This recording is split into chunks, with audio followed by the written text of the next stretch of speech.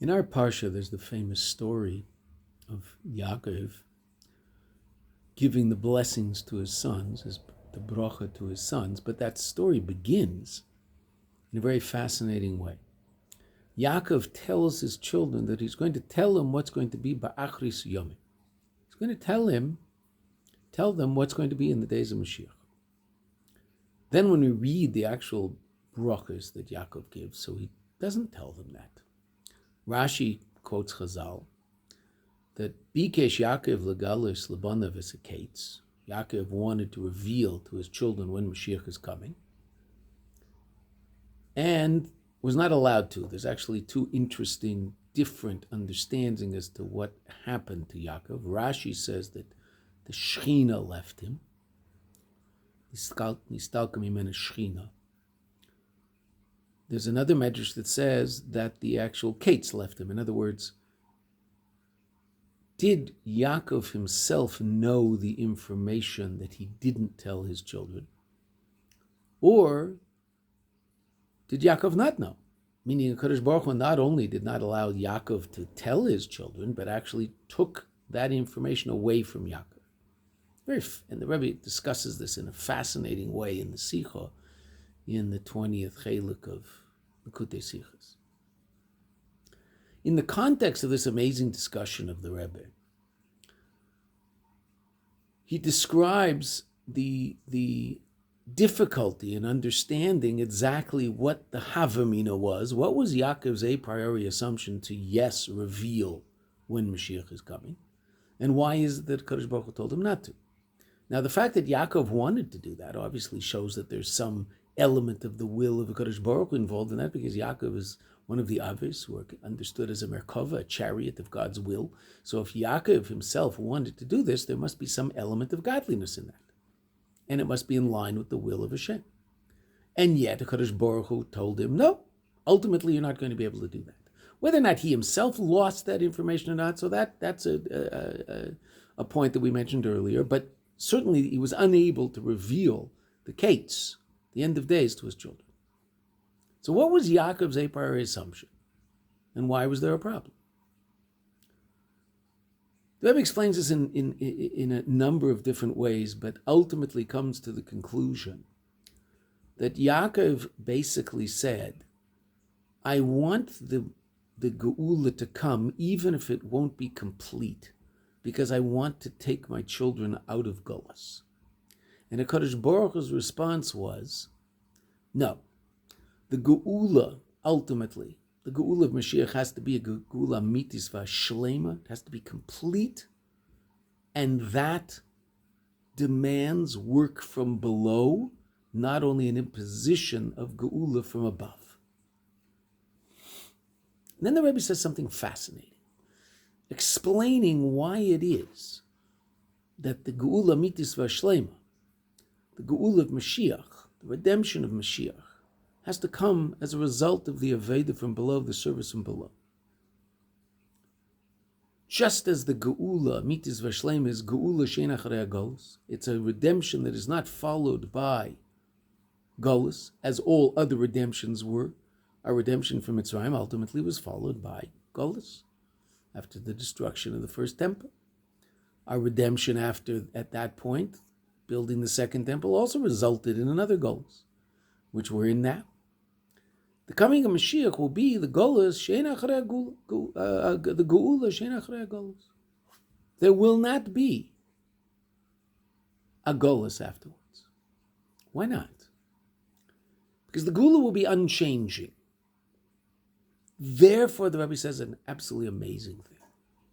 Since the Geula will be unchanging, so therefore the service that brings the Geula, the Aveda of the Jews, has to be an Aveda of Lo Shinisi, an unchanging Aveda. And therefore it has to come from below. How is that to be understood? Hasidic explains that there are two basic directions of the traffic, so to speak, of Avedas Hashem. There can be a revelation from above, or work from below. And they each have their advantage. The revelation from above brings about a nullification of the reality below. And therefore, reality is completely holy.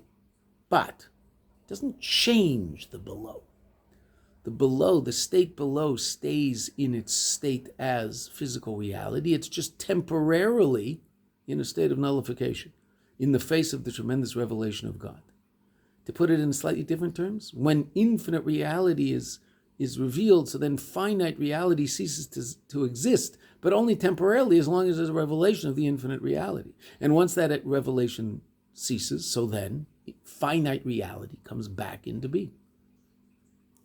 In our avodah, the inspiration from above brings about tremendous change in our service, but it doesn't bring about change in us.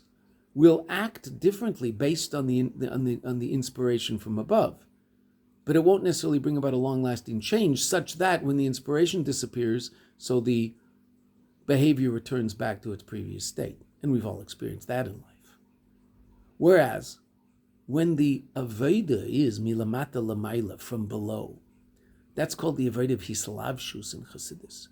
When a person works very hard on changing their intellectual understanding of reality, and that intellectual change affects their emotional state, so they bring about an internal change in themselves, albeit it's somewhat limited to the extent that it's coming from them, but it's really who they are, and therefore it's unchanging.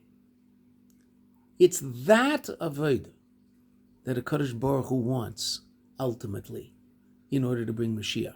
Yes, Yaakov wants to reveal the case. And the very desire of Yaakov to do that has a certain residual positive effect on you and I.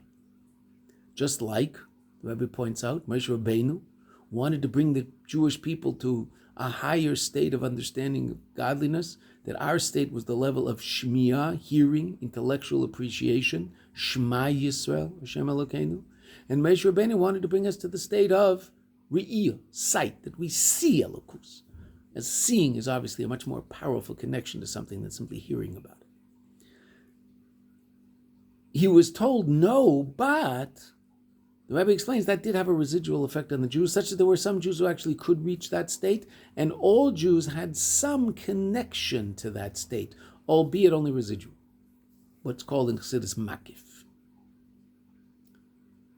So Yaakov's desire to reveal the Kates affected the Jewish people positively, but ultimately it has to come about as a result of our avodah. And the Rebbe says something so fascinating in that regard.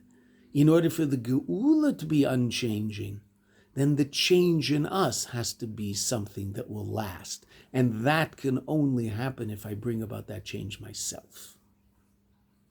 The Rebbe was once asked why it is that in order to connect to godliness and in order to involve ourselves in positive activity in this world, it's such a battle. It doesn't come easy. It's not something that seems natural. It's natural on the deepest, most essential level, but on the revealed level, it doesn't seem so natural. We have to fight very, very, very hard to make it happen. The Rebbe said an amazing thing. The Rebbe asked the question, what's more expensive, a photograph or a painting? So the person answered, a painting, of course. Then the Rebbe asked another question. Which of those two is a greater likeness of that particular reality that's being either photographed or painted? So of course the person said, well, the photograph is a greater likeness. Then why is it, the Rebbe asked, that the painting is more expensive, has greater value? The photograph is a simple photograph. It's a snapshot. The painting is the life and soul of the painter put into that work of art. And there might be mistakes, and there might be times when the painter is painting it that he put a little too much blue and had to actually take the blue off or go over the blue with some other color in order to hide the blue.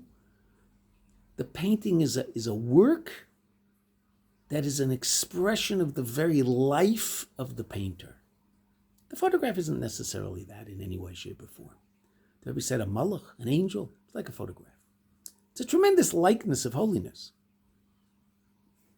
But it lacks the depth of the painting, which is the life of a human being, the life of a Jew. The Geula is coming by virtue of the fact that you and I draw that painting, that we work to bring about true changes in ourselves and in the reality around us, not as a gift from above, but as a result of real work from below. And then that change is long-lasting. And therefore the geula that comes as a result of that change is also forever. May it be speedily in our days.